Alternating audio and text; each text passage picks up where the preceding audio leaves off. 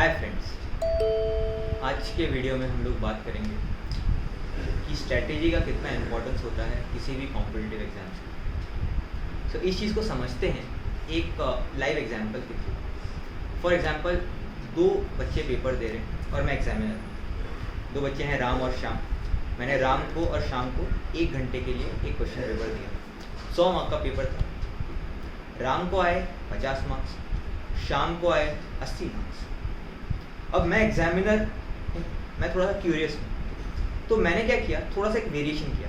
मैंने उनको same paper में 1 घंटा एक्स्ट्रा दे दिया। अब क्या आ रहा है, अब ऐसा हो रहा है, राम जिसको पहले 50 मार्क्स आए थे, अब उसके मार्क्स बढ़ के हो गए 90 मार्क्स, और श्याम जिसके 80 मार्क्स आए थे उसके बढ़ के हो गए 85 मार्क्स इन 2 आवर्स टाइम। तो आप मुझे बताइए कि राम और श्याम में कौन ज़्यादा स्मार्ट है और कौन ज़्यादा नॉलेजेबल है। ऑब्वियस सी बात है कि राम जो है वो ज़्यादा नॉलेजेबल है। क्यों? क्योंकि उसको 90 मार्क्स का आता था। और श्याम ज़्यादा स्मार्ट है। क्यों? क्योंकि उसको जितना आता था उसका मैक्सिमम उसने 1 घंटे के अंदर ही दे दिया है। सो ऐसा क्या है श्याम के पास जो राम के पास नहीं है? बहुत सारे फैक्टर्स हैं इसके लिए, और इसमें एक बहुत बड़ा रोल प्ले करता है स्ट्रेटेजी। एज इन सच क्या क्या हो सकता है आपके साथ? कई बार ऐसा होता है कि जब हम लोग क्वेश्चंस को अटेम्प्ट करते हैं तो हम लोग किसी एक क्वेश्चन में फंस जाते हैं, और हम अपने ईगो की वजह से, या हमें जिस लालच होता है कि ये क्वेश्चन हम लोग कर सकते हैं, तो हम लोग उस पर ज़्यादा टाइम स्पेंड कर जाते हैं, 3, 4, 5 मिनट, जबकि हमें उसको 1.5-2 मिनट के अंदर ही सॉल्व करना है। और इतना टाइम में हम 2-3 और क्वेश्चन सॉल्व कर सकते हैं, लेकिन उस इंस्टेंस पे हम लोग उसको कर लेते हैं। तो राम के साथ ऐसा ही हुआ होगा।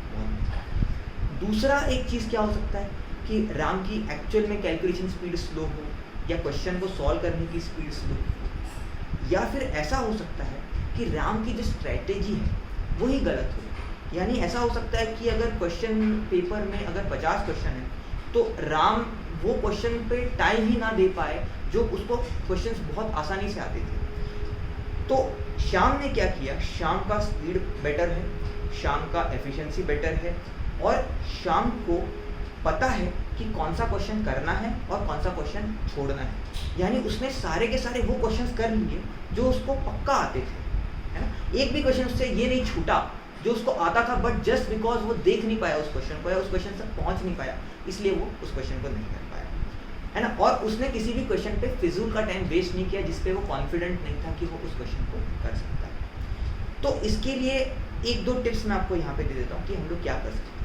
तो एक जो तरीका है वो है एग्ज़ाम के अंदर की स्ट्रैटेजी जो होती है। एक स्ट्रैटेजी जो मैं खुद फॉलो करता था, उस स्ट्रैटेजी को मैंने नाम दिया था इजी मीडियम हार्ड स्ट्रैटेजी। सो हम लोग क्या करते हैं इसमें, क्वेश्चन पेपर में चाहे वो फिजिक्स हो, केमिस्ट्री हो, मैथ्स हो, बायो हो, कोई भी सेक्शन हो, हम लोग क्वेश्चंस को 3 कैटेगरीज में बांट लेते हैं। पहली कैटेगरी क्या है? Easy category. इजी कैटेगरी में कौन से क्वेश्चंस आएंगे?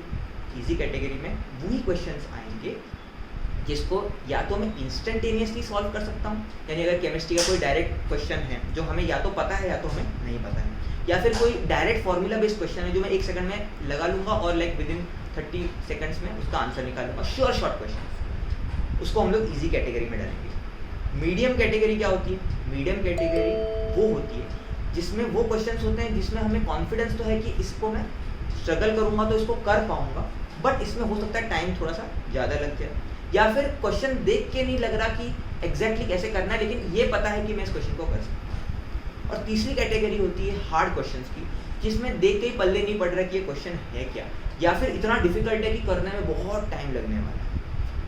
तो हमारा टारगेट क्या होना चाहिए कि हमें क्वेश्चन पेपर को एक सिंगल राउंड में अटेम्प्ट नहीं करना, या सेक्शन वाइज भी अटेम्प्ट नहीं करना कि पहले मैं पूरा केमिस्ट्री करूँगा, या पहले पूरा फिजिक्स करूँगा, या पहले पूरा मैथ्स करूँगा, बल्कि हमें कैटेगराइज करना है इजी मीडियम हार्ड क्वेश्चन के बेसिस पे।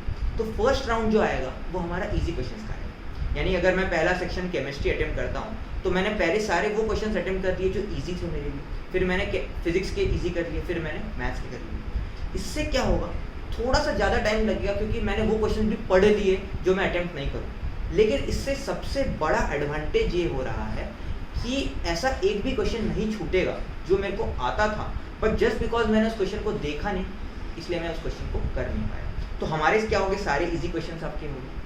अब सेकंड पार्ट किस पे देना है, सारा का सारा फोकस अभी हमारा आएगा मीडियम लेवल के क्वेश्चंस पे। अब मीडियम लेवल के क्वेश्चंस को अटेम्प्ट जब हम लोग करेंगे तो हमें क्या करना है, हमें उन क्वेश्चंस को एक स्पेसिफिक टाइम पीरियड के अंदर सॉल्व करना है। यानी अगर हमारे पास क्वेश्चन पेपर के हिसाब से पर क्वेश्चन अगर 2 मिनट्स होते हैं तो हमें करीब 2, सवा 2, 2.5 मिनट के आसपास का टाइम देना है हर क्वेश्चन के लिए। और उस केस में अगर हम लोग एक स्टेप ही अगर दूर होते हैं उस के सॉल्यूशन से तो हमें उसको अटेम्प्ट करना है। और अगर हमें लग रहा है कि अभी भी टाइम लग सकता है तो हमें अपने ब्रेन को ट्रेन करना है, बहुत पहले, एग्जाम के दिन नहीं, बहुत पहले से ट्रेन करना है कि उस टाइम पे उस क्वेश्चन को छोड़। वो लालच जो होता है ना, जो दिमाग में आ जाता है, वो नहीं आना चाहिए। और एक टाइम का सेंस भी होना चाहिए कि 2.5 मिनट अभी हो चुके हैं, अभी मुझे इस क्वेश्चन को छोड़ना है। तो वो कैसे इम्प्रूव करना है वो मैं आपको बाद में बताऊंगा, बट ये सेंस आपको डेवलप करना ज़रूरी है। तो अब क्या करना है, जब हम लोग मीडियम क्वेश्चन अटेम्प्ट कर रहे हैं तो 2-2.5 मिनट अगर हो गए और क्वेश्चन सॉल्व नहीं हो रहा या फिर बहुत टाइम ले रहा है तो उसको हम लोग छोड़ देंगे। अगर वो ऑलमोस्ट सॉल्व हो रहा है तो हम लोग उसको सॉल्व करके आगे वाले क्वेश्चन पे बढ़ेंगे। और जिस क्वेश्चन को हम लोग छोड़ रहे हैं, ध्यान रहे कि उस क्वेश्चन को छोड़ने से पहले जो ऑप्शंस गलत हैं, अगर एलिमिनेट हो सकता है तो एलिमिनेट कर लीजिए। यानी किसी क्वेश्चन में बी ऑप्शन नहीं हो सकता, किसी में सी ऑप्शन नहीं हो सकता, किसी क्वेश्चन में 2 ऑप्शन से एलिमिनेट हो जाते हैं तो बहुत अच्छी बात है। अगर 3 एलिमिनेट हो गए तो क्वेश्चन ही सॉल्व हो गया। लेकिन अगर 1 या 2 एलिमिनेट हो जाते हैं तो उनको टिक मार्क करके रख लीजिए अपने नोटपैड पे कि ये क्वेश्चन नंबर 32 में बी और सी आपका एलिमिनेट हो गया इस टाइप का। और उसके बाद क्या करना है, उसके बाद हमें सारा का सारा मीडियम सेक्शन अटेंड करना है। उसके बाद अगर टाइम मिलता है तो हार्ड सेक्शन करना है। और लास्ट के 5 मिनट हमें बचा के रखना है कि जो क्वेश्चंस हमने अटेम्प्ट नहीं किए उन सारे के सारे क्वेश्चंस में हमें स्ट्रेटेजिकली गेस कैसे करना है। बहुत इंपॉर्टेंट चीज़ है गेस करना।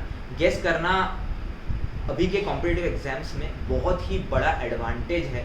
जो जिसको पता है वही उसको एडवांटेज को ले सकता है और फ्री में 15-20 मार्क्स तक आराम से एक्स्ट्रा आ जाते हैं। बट वो टेक्निक मैं आपको किसी और वीडियो में बताऊंगा, ठीक है। तो इम्पॉर्टेंट क्या है इस चीज़ में कि स्ट्रैटेजी बहुत ज़्यादा इंपॉर्टेंट है। नॉलेज जितना इंपॉर्टेंट है उतना ही स्ट्रैटेजी हमारे लिए इम्पॉर्टेंट रोल प्ले करता है, ठीक है। सो आपके अगला जो भी कॉम्पिटिटिव एग्जाम्स आने वाला है उसके लिए ऑल द बेस्ट।